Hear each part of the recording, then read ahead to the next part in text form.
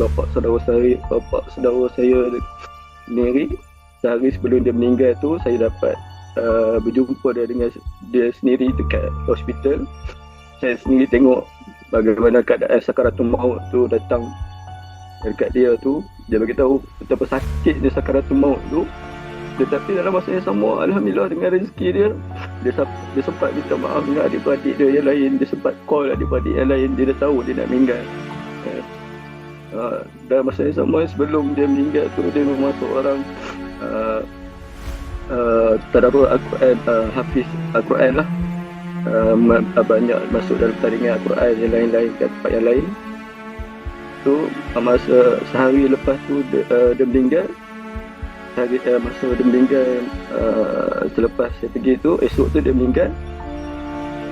Saya memudahkan urusan dia, saya yang uruskan pengurusan jenazah dia. Dia meninggal dalam pukul 3.40. Alhamdulillah dapat selesai sebelum maghrib, dah selesai mandi dah kafan. Meninggal di hospital Teping dan bawa pergi ke surau Beruas lah. Pada masa yang sama, selepas kita tak sempat nak ke bumi dia sebelum maghrib sebab jauh juga perjalanan dari Teping ke Beruas tu. Selepas maghrib tu sempat kebumikan dia. Alhamdulillah saya sendiri yang turun ke liang lahat, saya sendiri yang uruskan semua tu.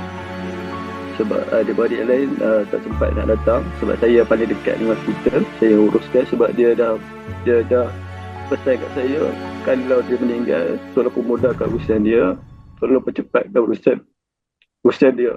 Tu yang saya ambil alih.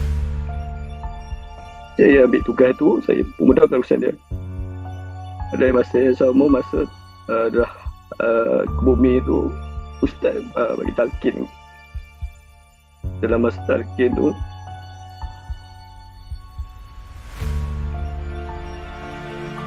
Ustaz ada baca, Ustaz ada cakap, ingat manusia, sesungguhnya azab kubur itu adalah benar.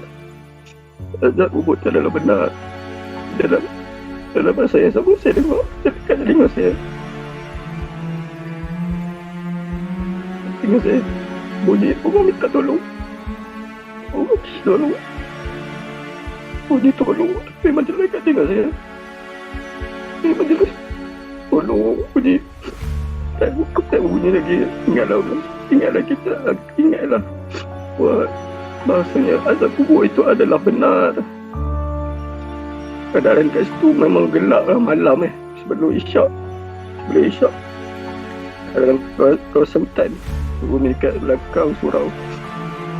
Ingatlah azab kubur itu adalah benar. Bunyi lagi memang cerdas kat telinga saya. Saya rasa ustaz yang baca talqin tu pun dengar sebab dia berhenti sekejap. Dia macam terdengar juga benda tu kan. Ada yang setengah orang tercari bunyi tu kan. Lepas habis semua tu, saya dalam perjalanan dalam kereta tu, saya pergi ada 4 orang, adik saya, abang saya dengan adik saya 4 orang, adik saya 2 orang, saya dengan abang saya tanya, ada dengar tak bunyi macam orang minta tolong kat kubur tadi? Saya dengan adik saya dengar. Abang dengan adik saya lagi 2 orang tu, dia kata tak dengar apa, tak ada cakap, tak dengar apa. Padahal bunyi tu memang real dekat telinga saya, memang dengar orang minta tolong. Dia kata Allah Akbar, kata kenapa Allah pilih aku? Allah pilih aku dengar juga benda ni memang real dekat telinga saya. Esok kan tu memang rezeki saya, memang puan, saya tak ingat nama puan Ustazah mana yang kontak saya tu daftar lagi.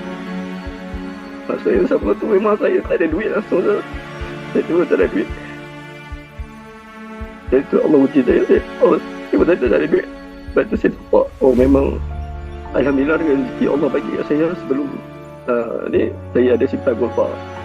Dalam golfa tu saya pergi jual.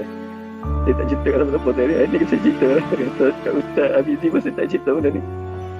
Saya ada golfa. Saya jual golfa tu, saya daftar rakyat.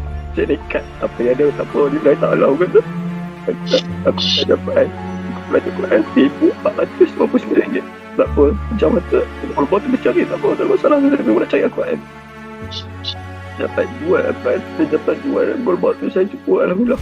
Dia kata aku nak daftar Al-Quran ni, tanya nak daftar juga, aku nak belajar juga, aku nak belajar. Saya tak nak belajar kat mana orang. Dia kena haraki masa scroll TikTok lah. Tengok Dr. Zakaria sendiri yang ajar tarian-tarian juga, tak menarik ni kata. Memang daftar tu. Itu sebab itulah saya dapat kenal dengan haraki, macam mana Allah hantar ujian kat saya macam tu lah.